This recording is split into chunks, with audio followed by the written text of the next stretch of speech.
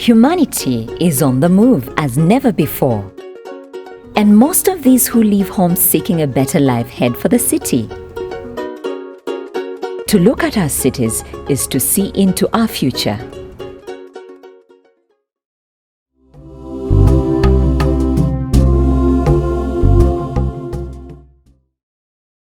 When she left her village 40 years ago to come to the city, Margaret knew the best chance of her life had come, and she took it. Margaret had heard a lot about the big city. Good houses, nice roads, good schools, electricity, piped water, people working in factories, and above all, those who fell sick went to the city for treatment. It was a city of opportunities.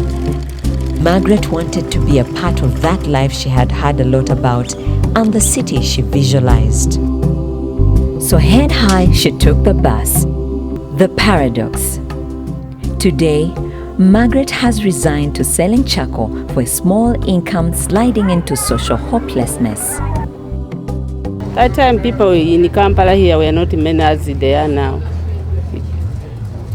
Well, now we who are now running business, we are very many. That is why we are now not getting customers even. Today, Kampala is an economic and social hub.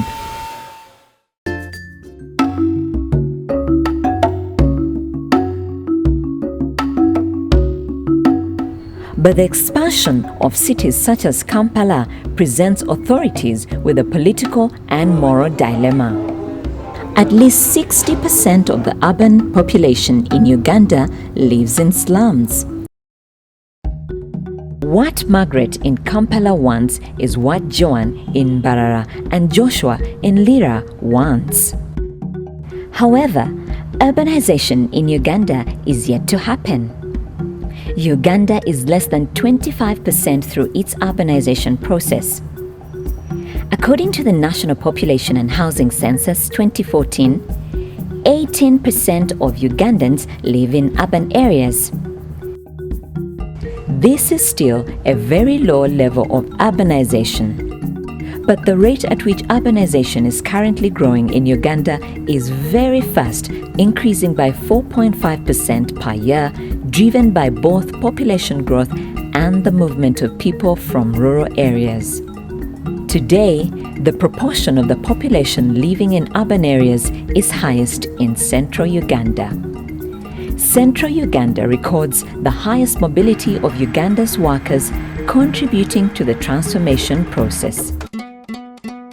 The World Bank's 5th Uganda Economic Update takes a deep look at the urbanization process in Uganda and asks, is it a gem or a burden?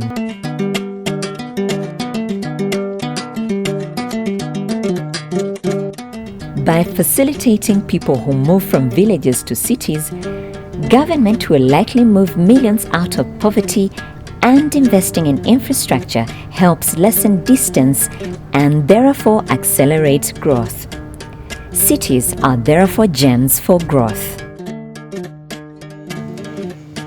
As they do in other parts of the world, urban areas have been the engines of growth in Uganda. Up to 70% of non-agricultural economic activity is generated in urban areas. In order to maximize the benefits from urbanization, cities must provide the following: conducive working environment, good quality housing, infrastructure, and access to social services. Uganda has the opportunity to make future cities more competitive so they can work for faster growth while more livable. Towns are going to grow. Now, what we need to do is start planning, proper planning, physical and otherwise. Physical planning should be a priority. When it comes to budgeting, allocation of resources to sectors, we should look at urban development as a sub-sector. We should give it a lot of attention. As far as the city is concerned, I have seen a lot of growth in it.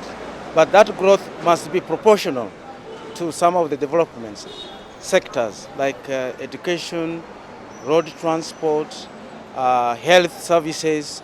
The city authorities could help improve the traffic situation by connecting more feeder roads and improving the ones that are there. That I think would work for me.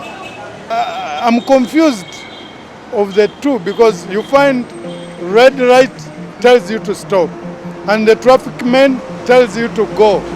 A combination of a fast-growing population and rural-urban migration could see Uganda's cities increase their population from 6 million today to over 30 million in the next 2 decades. It's not enough to have one shining light called Kampala. We need to have lights all over the country. The update ponders to what extent Uganda is positioning to the following. How can Uganda's cities maximize the benefits of urbanization? What policies can be adopted to build density, mobility, and livability in cities? How can the land and property rights be addressed to support city development? Do Ugandan cities have plans that can maximize the benefits of urbanization?